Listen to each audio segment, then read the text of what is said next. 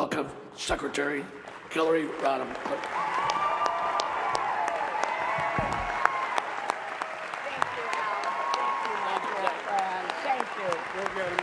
Thank you.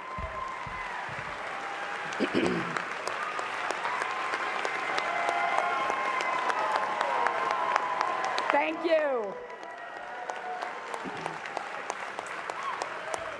Your Eminence, Your Excellencies, members of the clergy, Alan Nance Smith, Donald and Melania, and all the distinguished guests. You know, earlier tonight, Al reminded me that when the first Al Smith ran for president, he chose as his running mate the progressive senator from Arkansas, Joseph T. Robinson, who was one of my husband's political heroes. This work that you do through the dinner, Al, you've done it now for 30 years, is such a labor of love. You've been a hero for both the children of the Archdiocese and for the city of New York. And I think we all owe Al Smith a great, great round of applause.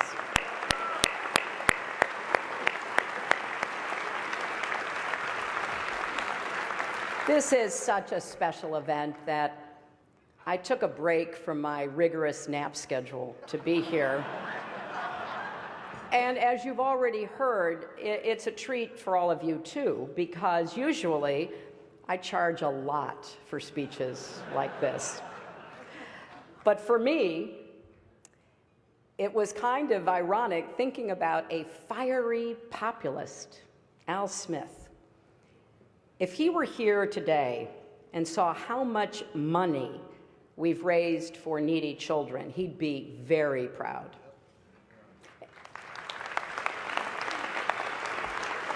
And if he saw this magnificent room full of plutocrats celebrating his legacy, he'd be very confused.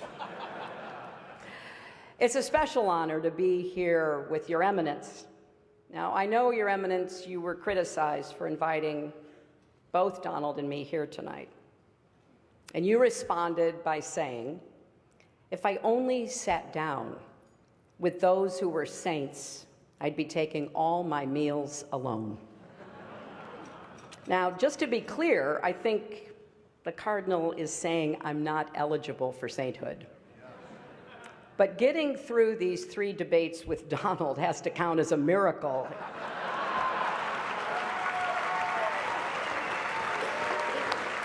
So I guess I'm up against the highest, hardest stained glass ceiling. But Your Eminence, you do deserve great credit for bringing together 2 people who've been at each other's throats. Mortal enemies, bitter foes. I've got to ask, how did you get the governor and mayor here together tonight?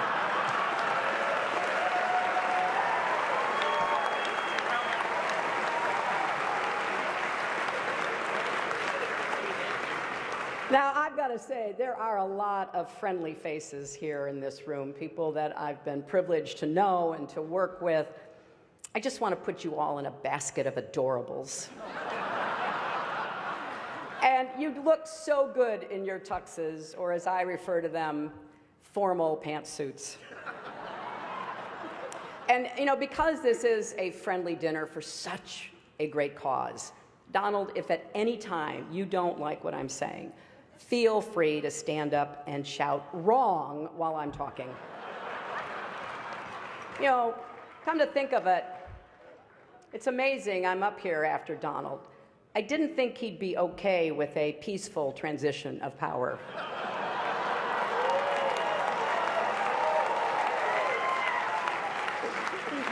And Donald, after listening to your speech, I will also enjoy listening to Mike Pence deny that you ever gave it. You know, I've had the privilege of being at the Al Smith dinners in years past, and I always enjoy it. But remember, if you're not happy with the way it comes out, it must be rigged. And it's always a special treat for me to be back in New York, a city that I love and which I think truly embodies the best of America. You know, don't you think? People look at the Statue of Liberty and they see a proud symbol of our history as a nation of immigrants, a beacon of hope for people around the world.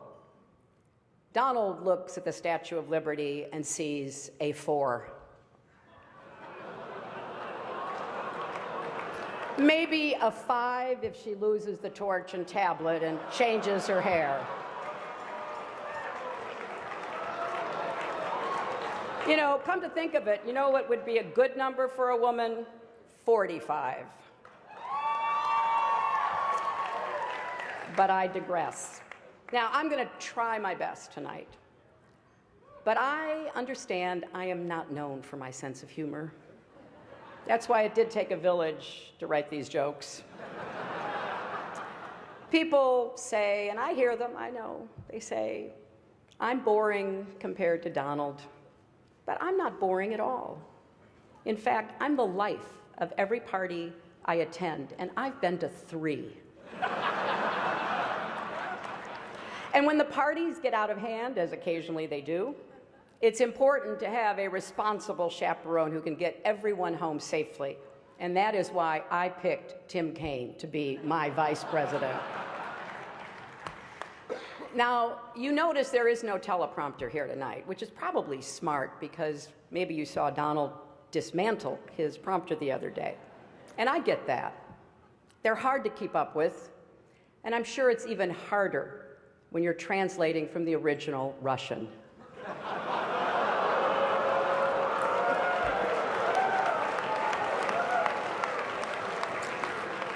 But every year, this dinner brings together a collection of sensible, committed, mainstream Republicans, or as we now like to call them, Hillary supporters. Now, some of my critics, and I hear that too, yeah, they think I only say what people want to hear. Well, tonight that is true. And here's exactly what you want to hear. This election will be over very, very soon.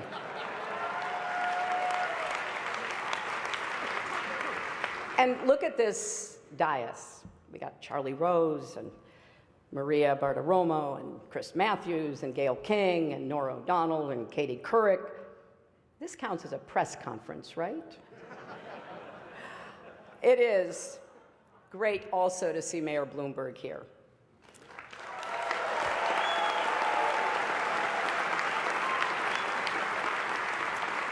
It's a shame he's not speaking tonight. I'm curious to hear what a billionaire has to say.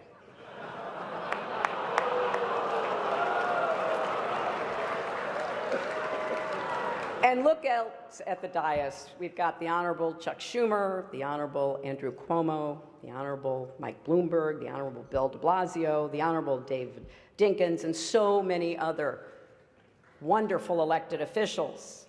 And we have Rudy Giuliani. Now, many don't know this, but Rudy actually got his start as a prosecutor, going after wealthy New Yorkers who avoided paying taxes. But as the saying goes, if you can't beat him, go on Fox News and call him a genius. So as I've said, we've now had our third and thankfully final debate. Sharing a stage with Donald Trump is like, well, nothing really comes to mind. There is nothing like sharing a stage with Donald Trump. Donald wanted me drug tested before last night's debate. And look, I gotta tell you, I am so flattered that Donald thought I used some sort of performance enhancer. Now, actually, I did. It's called preparation.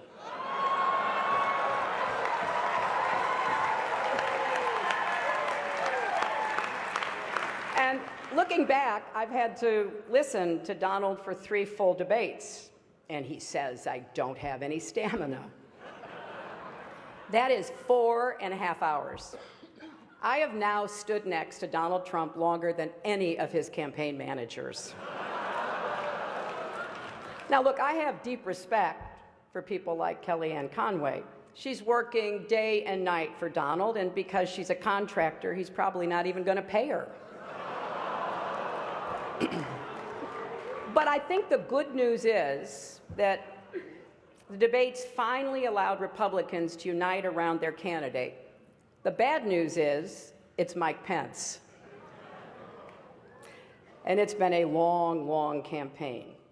That should be one of our highest priorities, shortening the campaigns. And whoever wins this election, the outcome will be historic. We'll either have the first female president or the first president who started a Twitter war with Cher. And if Donald does win, it'll be awkward at the annual President's Day photo when all the former presidents gather at the White House, and not just with Bill. How is Barack going to get past the Muslim ban? Now, Republicans in particular seem frustrated with their nominee. Paul Ryan told the Republican members of the House, you don't have to support the top of the ticket. Don't worry about anyone besides yourself. Just do what's in your own best interests. So I guess Donald really has unified his party around his core philosophy. And I don't understand their unhappiness. They say Donald doesn't have any policies. He has no policies. I keep hearing that. I'd actually like to defend him on this. Donald has issues. Serious issues. Really, really serious issues. And I worry about Donald's go-it-alone attitude. For example, at his convention when he said, "I alone can fix it." You know, in the 90s, I said the same thing about America's health care system, and it didn't work out so well for me either. But speaking of health, Donald has been very concerned about mine. Very concerned. He actually sent a car to bring me here tonight. Actually, it was a hearse.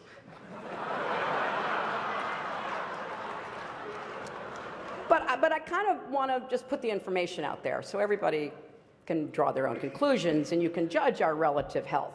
We've each released our medical records. My blood pressure is 100/70. His is unbelievably great. My cholesterol is 189. His is presidential. My heart rate is 72 beats per minute. His is the most beats ever, or the least beats ever, whichever sounds best. But Donald really is as healthy as a horse. You know, the one Vladimir Putin rides around on.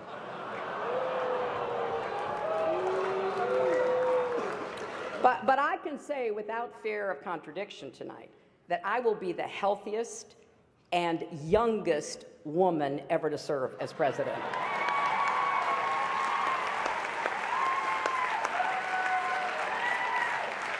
But this has really been a strange campaign. You saw it last night. You saw it again tonight. Donald has attacked me for a life in public service, and I didn't get that at first. I kind of get it now. As he told Howard Stern, he doesn't like it when women have been around for more than 35 years. But Donald, we have so much more in common than actually you may realize.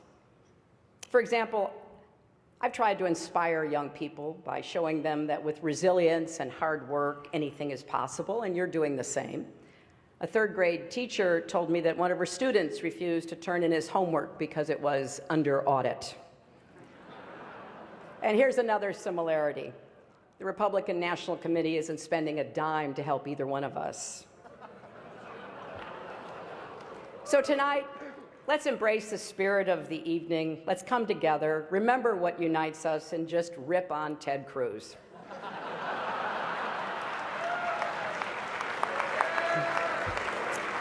I hope you enjoyed my remarks tonight. I said no to some jokes that I thought were over the line. But I suppose you can judge for yourself on WikiLeaks in the next few days.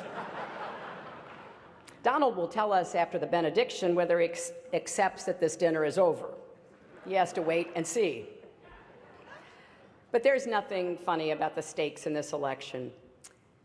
In the end, what makes this dinner important are not the jokes we tell, but the legacy that we carry forward. It is often easy to forget how far this country has come. And there are a lot of people in this room tonight who themselves, or their parents or grandparents, came here as immigrants, made a life for yourselves, took advantage of the American dream and the greatest system that has ever been created in the history of the world to unleash the individual talents, energy, and ambition of everyone willing to work hard. And when I think about what Al Smith went through, it's important to just reflect how groundbreaking it was for him, a Catholic, to be my party's nominee for president. Don't forget, school boards sent home letters with children saying that if Al Smith is elected president, you will not be allowed to have or read a Bible. Voters were told that he would annul Protestant marriages. And I saw a story recently that said people even claimed the Holland Tunnel was a secret passageway to connect Rome and America to help the Pope rule our country.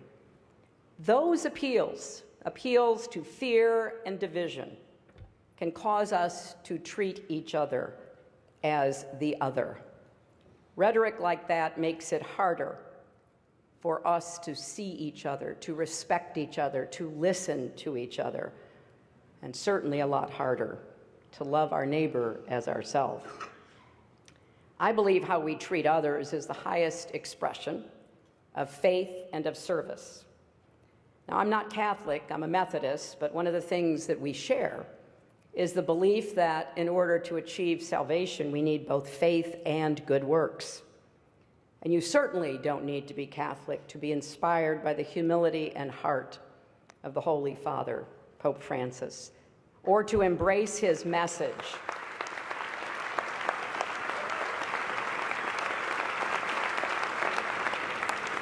His message about rejecting a mindset of hostility, his calls to reduce inequality, his warnings about climate change, his appeal that we build bridges, not walls. Now, as you may know, my running mate, Tim, is Catholic and went to Jesuit schools, and one of the things he and I have talked about is this idea from the Jesuits of the Magus, the more, the better. Well, we need to get better at finding ways to disagree on matters of policy while agreeing on questions of decency and civility, how we talk to each other, treat each other, respect each other. So I've taken this concept of Magus to heart in this campaign as best as one can in the daily heat, the back and forth of a presidential campaign, to ask how we can do more for each other and better for each other. Because I believe that for each of us, our greatest monument on this earth won't be what we build, but the lives we touch. And that is ultimately what this dinner is all about. And it's why it's been such a great honor to join you all again. Thank you.